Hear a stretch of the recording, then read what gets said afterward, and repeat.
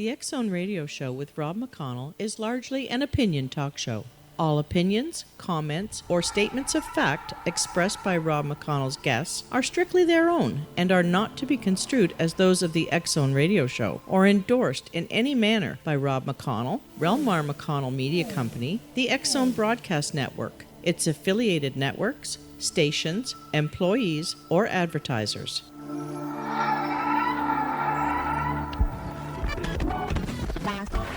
All Hit Radio.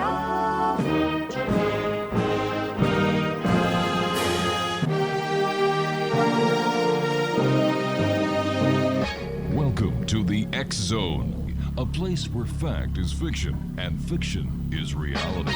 Now, here's your host, Rob McConnell.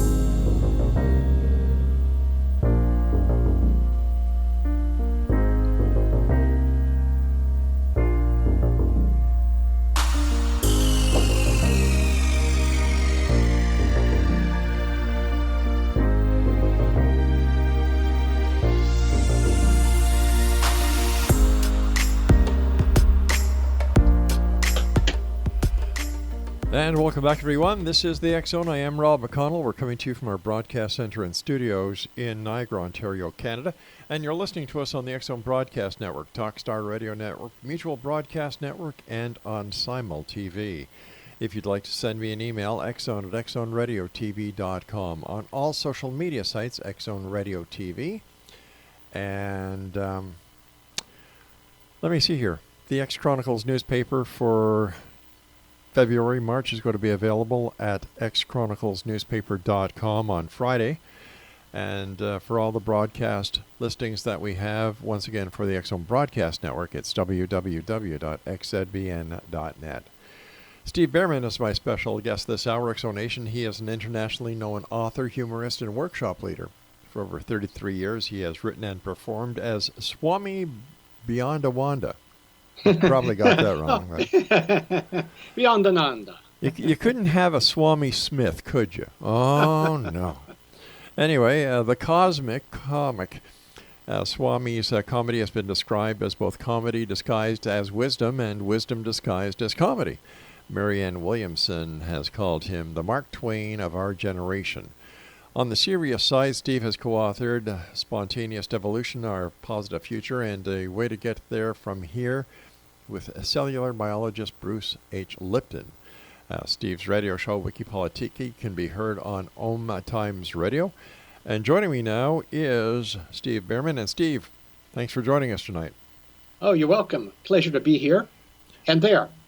And everywhere. Sounds like a Beatles song, doesn't it? Here, there, and everywhere. Exactly. Hey, listen, tell us about the creation of the Swami, and how did you get to his name, Beyondananda? Beyondananda. Well, you know, it's funny. I got struck by enlightening during a brainstorm. Uh-huh. I was living in Ann Arbor, Michigan. I was working on a funny paper for the other people I work with at the Department of Parks and Forestry in Ann Arbor, Michigan. And I'm sitting there, and all of a sudden this name flies into my head, Beyondananda. Now, those who have gone into the whole Swamidom recognize that Ananda means bliss. And a lot of the Swamis have Ananda after their names. There's Yogananda, Muktananda, Satchidananda, Kriyananda, and on and on and on and on. And I heard the name Beyondananda, and it made me laugh.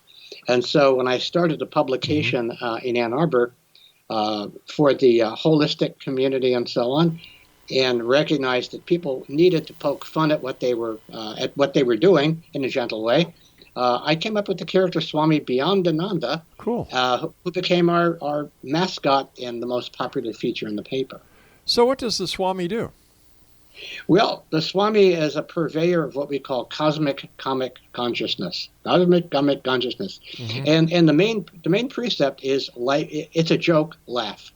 And if you have that little bit of perspective on things that are going on, if you can create that degree of separation, it's a joke, laugh, then you begin to find the comedy, find the joke hidden in the picture, and you're also able to help uplift other people by committing random acts of playful comedy. So part of what I teach when I'm doing my teaching is how to do this. I have a upcoming teleclass called How to See Funny, But the Swami is mainly a wild character who shapeshifts ideas and concepts. And if you have the Swami on a little bit later, he'll give you a demonstration of it. But mainly, the idea behind the Swami is to poke fun at our human foibles, do it in a way that's funny, do it in a way that's heart-opening, and leave some insight, have an awakening in the wake of the laughter.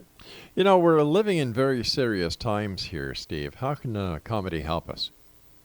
God help us. No, I mean, I think actually what comedy does two things. First of all, in these serious times that we're living in, I call them evolutionary times because we are in the process, if we survive, we're in the process of evolving from, as Swami would say, children of God to adults of good. And we're in this very awkward stage that he calls adult essence because our essence has been addled by toxic beliefs and ruled by the lowest common denominator for the last 5,000 years. So what's happening is that all of these things that have been under the surface are coming up and coming out. And comedy is a great way to release the tension through laughter and also to create insight. Because comedy puts together things that don't normally belong together. And it's a way of dealing with the contradictions and the paradoxes. And evolution is something that takes us out of these the dueling dualities that we see. It's either this or that, and points us to a third way. And maybe people wonder, why is it that jokes always come in threes, like a minister, a priest, and a rabbi? So I'll give you an example. Minister, a priest, and a rabbi are discussing their legacy. How do they want to be remembered, and what do they want the eulogist to be saying when they're in their casket at their funeral? And the minister says, well, I want them to be saying he was a family man and a pillar of his community. The priest said, I want them to be saying he was a holy man and a leader of his flock. The rabbi says, I want them to be saying, look, I think he's breathing. Okay. So normally what happens is comedy points us in an unexpected direction and gives us a third pathway. And as you see, people are really, really stuck in their belief systems, in their entrenched beliefs, and creating trench warfare. Comedy is a way for us to help deconstruct obsolete, and a new word, obsolethal, which is obsolete and deadly, obsolete and obsolethal ideas, and do it in a way that creates laughter and insight. Is comedy just an escape from reality? I think reality is an escape from comedy. I look at it the other way.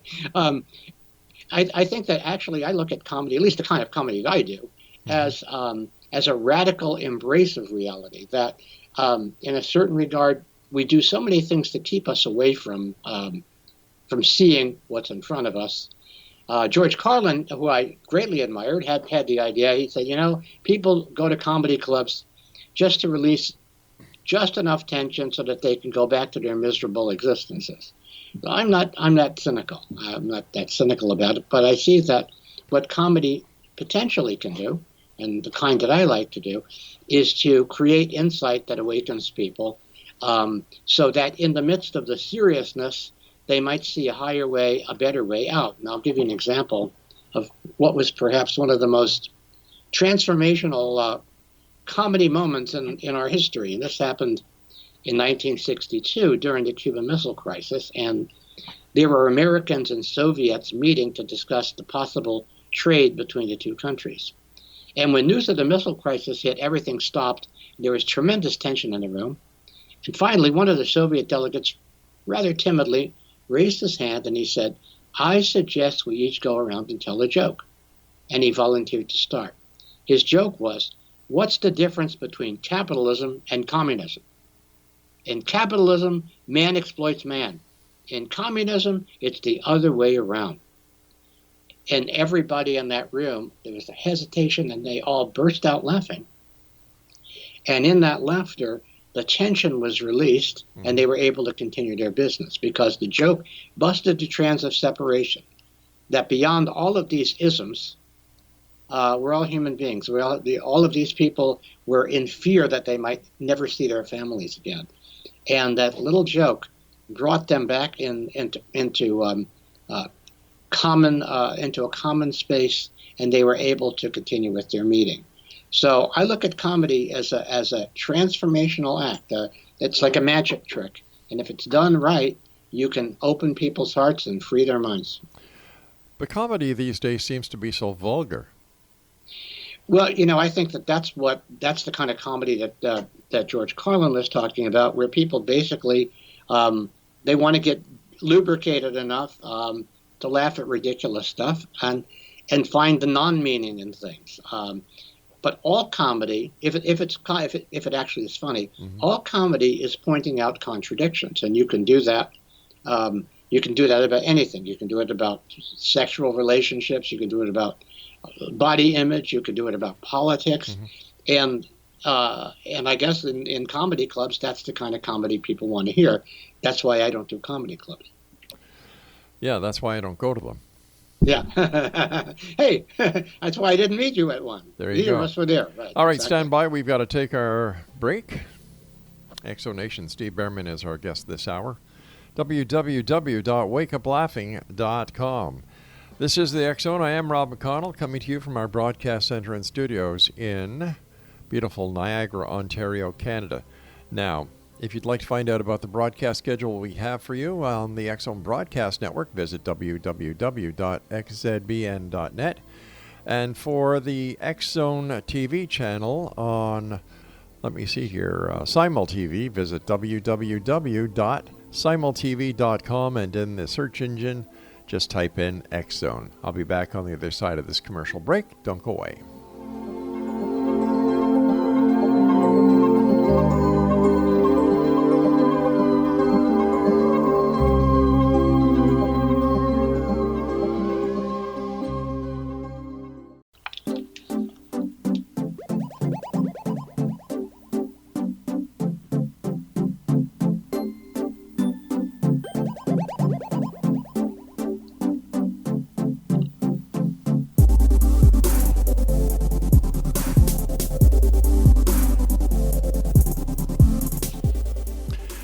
Steve Bhaerman is our special guest this hour. Exonation, www.wakeuplaughing.com. Several years ago, Steve, you wrote a book with, Bruce Lipton, Spontaneous Evolution. What's that book about, and is it pertinent in today's society? Well, it's both pertinent and it's a bit impertinent, too. I met Bruce in 2005. He had just written a book called Biology of Belief, which is one of the been a bestseller for many years. And Biology of Belief talks about how our beliefs and perceptions impact our health, our lives, and the outpicturing of our lives and world. And Bruce and I began a conversation about what if we applied the ideas in Biology of Belief to society in general, to our collective beliefs. And the result is spontaneous evolution. And we have three sections of the book. The first is the what so section, the second is the so what, and the third is the now what. And in the what so section, we talk about how beliefs and perceptions change over time and how they are largely unconscious to us. I mean, a lot of things, that 95% of who we are and what we do is below the conscious level. And so often we'll read books or go to a seminar. We want to change something in our lives, but because of the very deep prior programming, we're not able to make the change. And so this book talks about how to do that, and it also talks about how we've been, in a way, hoodwinked into accepting beliefs that are not quite true, that are obsolete, and then it points us in the direction of a healthy future, where we actually, we call it changing the guard and regrowing the garden. Changing the guard, meaning removing the century beliefs that are limiting to us and replacing them with visionary beliefs that'll bring about the world that we all know is possible. One of the things I can say about that is that as an evolutionary biologist, Bruce maintains that the next stage of human evolution, it doesn't have anything to do with artificial intelligence, but it has to do with real intelligence. And it has to do with recognizing that we're all cells in a superorganism called humanity. And that at a certain level of population, the structures in biology, the structures have to change. I mean, if you think about it, imagine that we were living in a hunter-gatherer society, and every morning 8 million New Yorkers would be trudging up to Westchester County to forage for food. At that kind of scale, that's a ridiculous way of organizing.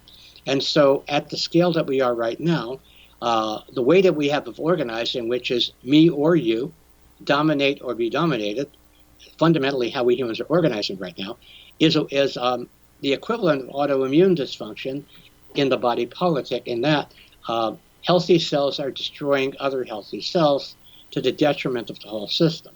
So in recognizing that we're all cells in the same body, we see that everybody has a job, everybody has something that they do really well, everybody has a work of heart, and that as this is woven together, we find a more generative society than the one we have now. We withdraw our energy off the battlefield, and we get onto a different playing field. And again, this is an evolutionary imperative. It sounds like I'm a pie-in-the-sky ideal, but it really has to become a feet-on-the-ground real deal if we are to make it through this passage without destroying ourselves. Well, don't we have to face reality head-on, face our dragons? Well, exactly. Well, I think part of the reality that we have to face is both the awful truth and the awesome opportunity. And, you know, these have been called apocalyptic times. And what apocalypse means is the lifting of the veils. And so what we're seeing is that all of these secrets, all of these toxic secrets are being revealed. In the United States, we have a president who is, I call him America's balloon karma payment. He's representing all of the things that have been under the surface, and now they're on the surface. And part of the reality that we have to face are these shadow pieces that we've ignored and we've swept under the carpet. At the same time that those toxic things are being revealed, we're also being exposed to secrets that have been kept in protective custody for millennia, various spiritual paths, whether we're talking about shamanic paths, ancient Celtic paths, we're talking about Vedic medicine, Chinese medicine, et cetera, et cetera, et cetera. So we have tremendous tools at our disposal right now to be able to heal ourselves energetically, to be able to tune in and have a one-on-one relationship with the all that is and not have to go through the filters of religion. So this is really a very exciting time, and people are at all different levels of understanding and evolution. But wouldn't you agree that today's society is being inundated with way too much data, and that the amount of data that is being required to be processed by our brain is putting us into an overload situation 9 times out of 10? Absolutely. We've got lots and lots of information. We call the condition truth decay. When you have so many ideas in your head, you don't know what's true, and you're overwhelmed with information. We have lots of information, too much. We have some knowledge, and what we are lacking, the thing we're lacking the most is wisdom. Wisdom is how we contextualize our knowledge and use our hearts to use our intelligence more intelligently. So we need a different context for looking at what's going on. And the evolutionary context that Bruce and I are putting forward in the book is that we need to shift from a me or you world to a me and you world, to recognizing that we're all cells in the same body, and that in gathering around the virtues and values that we have in common and our common purpose, we can isolate the sociopathogens in the body politic that have been ruling the roost by manipulating one against the other. So basically, what you're talking about is a collective consciousness. Yes, exactly. We have to become aware of the collective consciousness, and the irony is that the more we are connected with this collective consciousness, the more free we are. And I know that some people get this idea that, oh my God, we're all going to be one mind and all ruled by one idea. And that's the exact opposite of what we're talking about. We're talking about the most incredible diversity that we've ever had. And true minority rights where each of us is a minority of one. We have the right to be exactly who we are. And all of that fits into this bigger picture, recognizing that we are actually at one with everyone and everything, and yet we are an individual vantage point for the universe to look at itself. So basically, we're talking about the same tenets that are talked about in any religious philosophy. Exactly, but what happens is what the dogma tends to overrule everything, and people get caught up in this in the trivia of it. Alan Watts said that most people prefer to worship the finger rather than noticing where the finger is pointing. So in every religion, it was founded on a significant experience and connection with the ineffable, and it loses something in the translation. Some wise guy said that spirituality is our connection with the divine, and religion is crowd control. Well, I don't agree with that, but it's kind of a nice saying, I guess. Yeah. So what do you think, based on what you're saying, that religion is outdated? I'm saying that religion needs to be updated.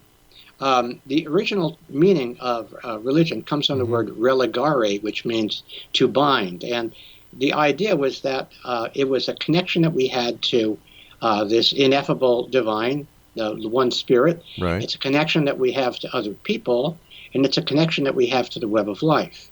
And if we look at modern society, we're out of touch with all three. We don't have that individual connection to the divine. We don't have a sacred center in the middle of our civilization. Well, wait a sec. Hold on here. Yeah.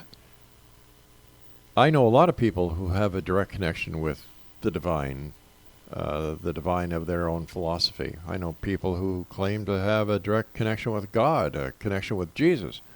Oh, absolutely. And as far as the center, that's what they call the church, or the synagogue, or the mosque. So what are we saying here? I'm having a bit of a problem trying to get to the crux of the matter. Okay, well, I'll uncrux it if I can. Sure. It is the church and the synagogue and the mosque and the place in nature, and it's where it includes and transcends religion and non-religion. So when people have that experience of connection, that's exactly what I'm talking about. But we don't have a common language that translates between all of these different systems. We don't? That are all going in the same way, all going in the same direction. So what's wrong with individuality? I think individuality is great. So if we're not going all in the same direction, we're being individuals. What's wrong with that? We're being individuals, and we each have our individual connection with whatever that is. Yeah. When we begin to recognize that the commonality of that connection, even though it's totally unique, as the Swami says, each of us is totally unique, just like everybody else. When we recognize that total uniqueness that we have, and our unique way of relating to whatever that is. All right, stand by. We've got to take our commercial break with the news at the bottom of the hour. Next Zone Nation, Steve Bhaerman and I will be back on the other side of this break as we continue here in the X Zone from our broadcast center and studios in Niagara, Ontario, Canada. I'm Rob McConnell. Don't go away.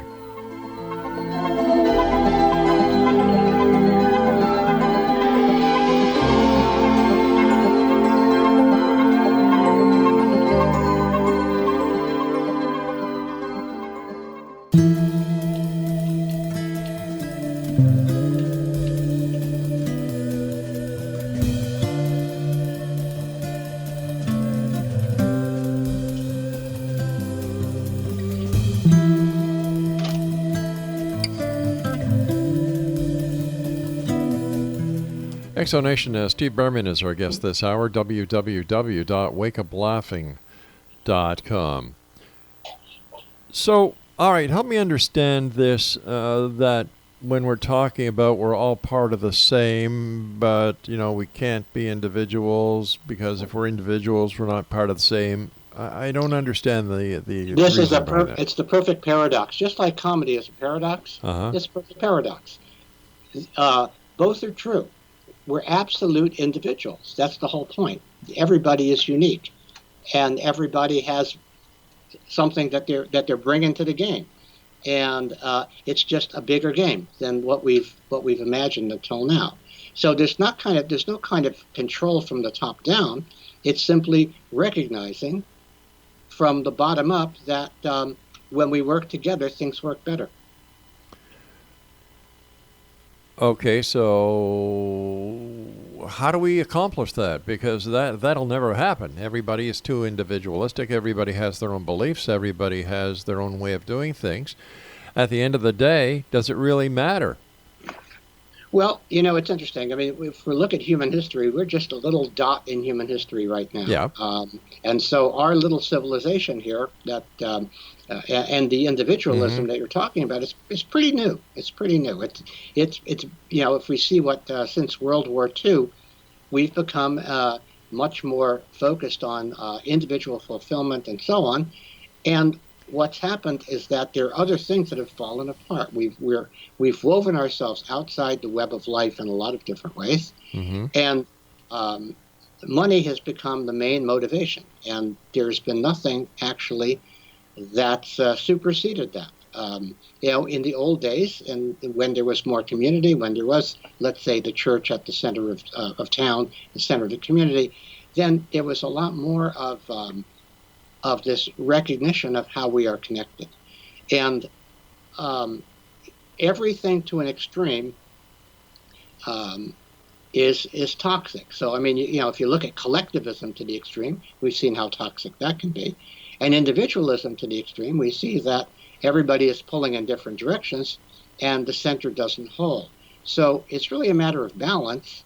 And I think if we want to look at where the balance comes from, it ultimately comes from each individual. It comes from individuals having that realization of what their own connection is, what their own purpose is, and recognizing that if this is woven into a greater purpose, then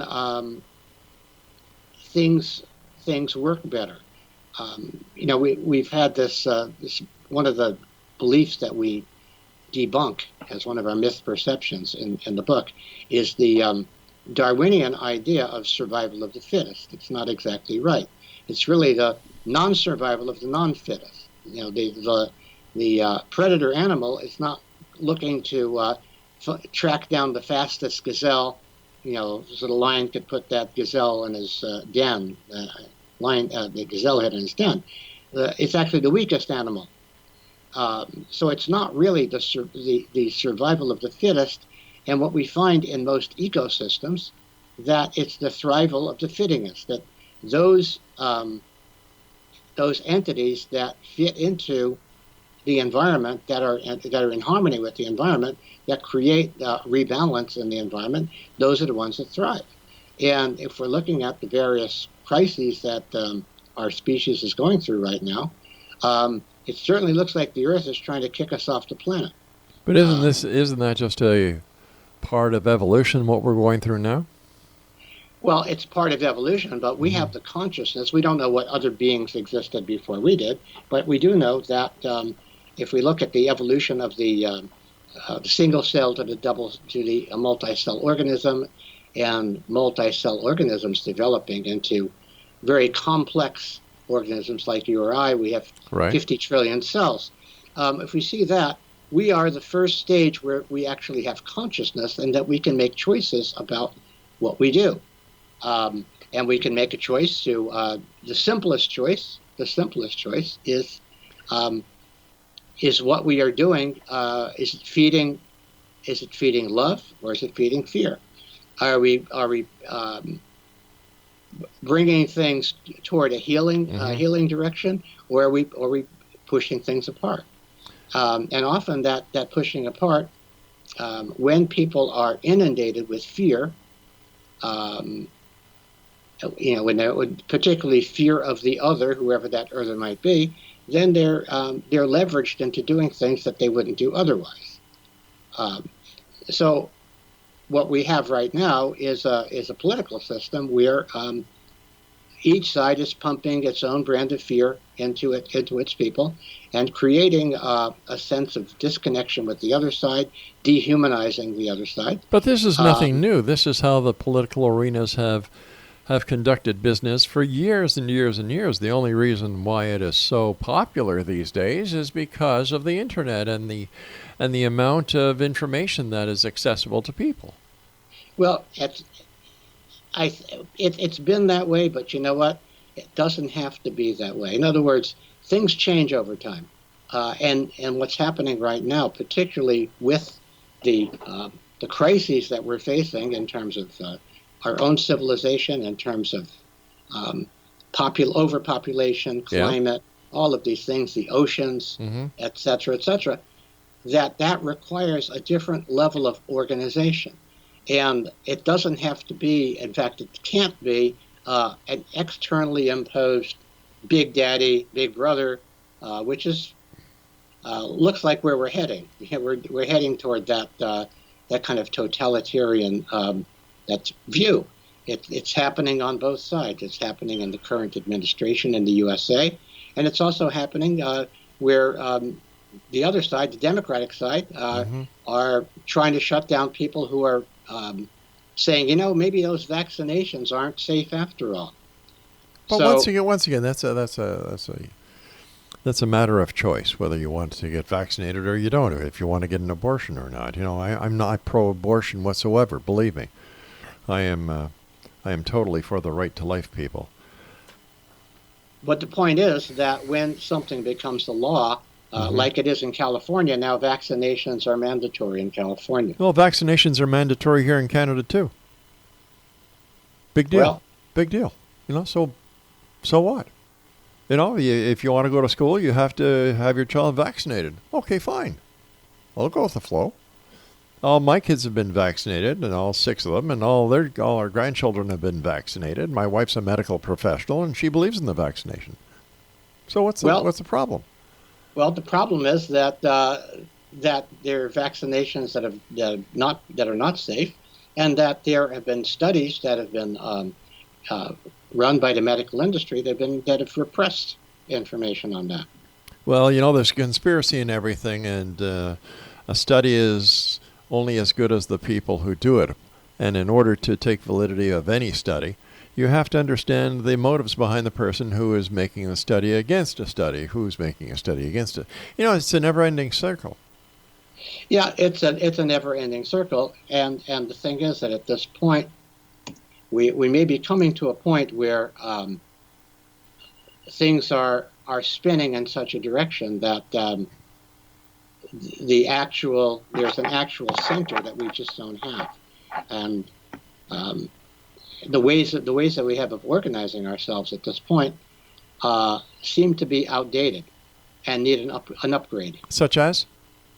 Well, for example, the way that, I don't know how your government is working up there, but I think that here we basically have corporations and the mainstream media pretty much controlling everything and determining what the parameters of discussion and debate are. Well, when it comes to the media and how people perceive it, there's a very simple solution. If you don't agree with what the media is doing, don't read the newspaper that is either right-winged or left-winged. If you've got a right-wing or a left-wing TV channel on, you don't want to watch it, shut it off. Same thing goes for the radio.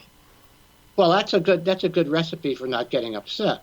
But the point is that, sometimes if we ignore things, if we ignore a condition, it gets worse. And so I think we've had that where people have tuned out certain things. Well, I don't want to look at it. Yeah. I don't believe that, so I don't want to look at it. But nonetheless, it makes a difference in how the external society is working. The only time it makes a difference is when the person actually gets off their butt and goes and votes. There's a lot of armchair politicians out there, and these are the people who refuse to run for office. These are the people who refuse to go to rallies. These are the people who refuse to sign petitions. These are the people who would rather sit on their butts, drink their beer, and just talk a mean game and absolutely do nothing about it.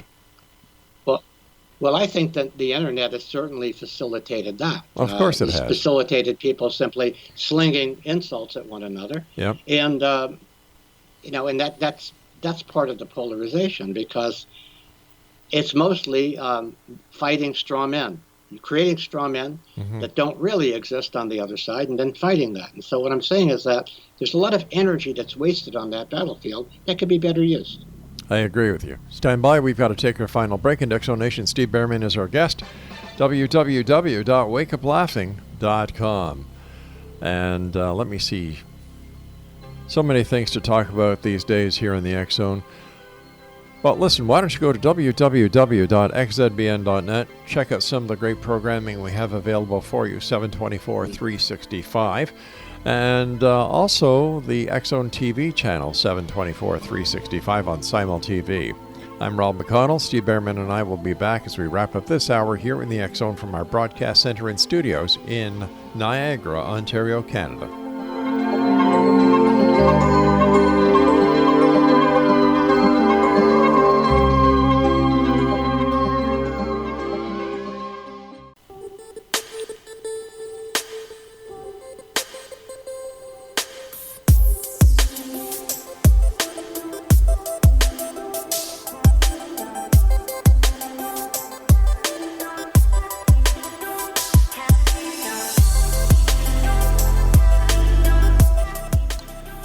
Steve Bhaerman is our guest this hour, www.wakeuplaughing.com. Steve, I understand that you were a political science major, and taking a look at the political scene as well as we touched very slightly on the media, but when it comes to fake news, what's your take on it? Well, I think that it's true. I did major in political science, although I never got quite so far as to dissect a politician. Never quite got there. And there's two principles of political science that stick with me. First principle is power corrupts and absolute power corrupts absolutely. And the other one is divide and conquer. That's been how how societies have been managed for a long time. So what we're seeing right now with this quote-unquote fake news, we're seeing two trends. First trend is that the mainstream media has very selectively chosen what it broadcasts. So as an example, in the States, when the Iraq War started, those people who were slightly against the war, they simply were taken off the air. Their point of view is not allowed to be aired. Now, the reason why that's important is because, as we found out, there weren't any weapons of mass destruction. Right. It's simply weapons of mass distraction. And because people were not really given the full picture by the mainstream media, they saw that it was essentially a state lie that was carried out by the media. So what's happened over the many, many years is that there's been growing distrust in mainstream media. So if somebody wanted to really create havoc in a society, what they would do is they would make sure that nobody really knew what was true. Nobody really knew what's true news and what's not true news. And what we've been seeing in this past election cycle, 2016, the group from the UK, Cambridge Analytics, what they basically did was they kept feeding people the kind of information that they knew would reinforce what they believed, and created these, in fact, a lot of these false memes that people kind of took in. And I know a lot of people who fell for a lot of these very strange narratives, because whoever was perpetrating those narratives knew how to get inside their heads. Well, didn't that backfire on the on the Clinton people? Because by using all the Cambridge Analytics and all the crooked ways that the Clintons operate, it backfired. Trump got in with it. It was done by Trump. That's who benefited by it. And I think that. Wait a sec. Hold on here. Let's go back here for a second. Yeah. So you're saying that Cambridge Analytics was hired by Trump? Absolutely. Those are the people who hired Cambridge Analytics. They were the ones that actually created all of these bots and memes to discredit Hillary. Oh, she didn't need help there. Believe me, if you, my own personal opinion about her is yeah, very unfavorable. I think that you know that they worked against Bernie Sanders. They did some very nefarious things. But ultimately, it was the Trump people, Steve Bannon, and so on, Right. who used that system against Hillary. And in our political system, unfortunately, we've had in this country, we had probably the two most unpopular candidates ever. We had the neocon and the Genghis Khan, and they both were con artists. And so we chose what people thought was the lesser evil, but people were greatly manipulated. There's a professor at Harvard, I think her name is Zuboff, and she did a very extensive study. In fact, there's a little documentary about it, Zuboff, and she talked about exactly how that was used by the people who were working for the Trump before Trump, the Trump campaign, and that's really what turned the election. It created a lot of these memes like Pizzagate and so on, which were something that has a kernel of truth, but is exaggerated and then is distorted, and people fell for these things and went down the rabbit hole with those things. I've got friends who went for those theories and are still doing it. Every day they're sitting waiting for the next installment, saying that exposure of these people is imminent. It's imminent. And of course it never happens because it's a game that's designed to keep them occupied. And there's people go, well, there's the QAnon people who believe that that Donald Trump is secretly working with the deep state to save America, and that he's just pretending to be what he looks like out there.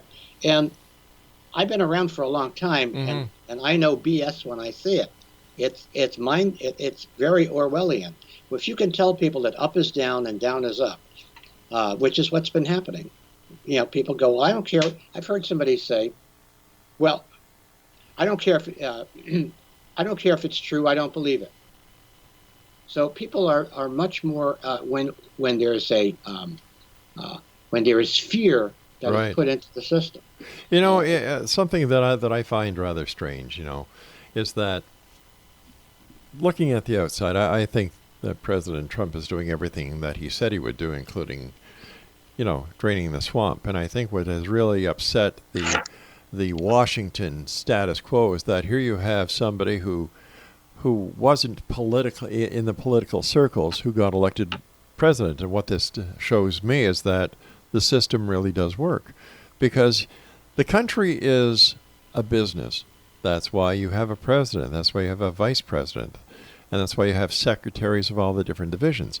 In order to run the country successfully, it took a business person like Donald Trump. Unemployment is down. Industry's coming back to the United States. He's not a business person. He's a con man. Oh, I don't think so. I don't think so.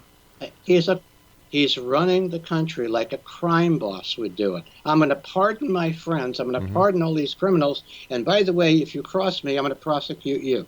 It's personal. It's personal. And I think that the people who... But he's getting the job done. He's getting the job done. He's getting the wrong job done. Oh, I don't think if you ask... I don't think that if you would ask anybody who has been hired because of the number of jobs that he's brought back to the United States, or the jobs that have been created, the economy that is growing, the stock market that has gone up. To me, that shows that he's doing the right thing. Well, he's doing the right thing on one level, but not on the other level. What's the other level? He's not doing the right thing in regards to the environment. He's not doing the right thing in regards to the actual rule of law. He's not doing that. He's a law unto himself.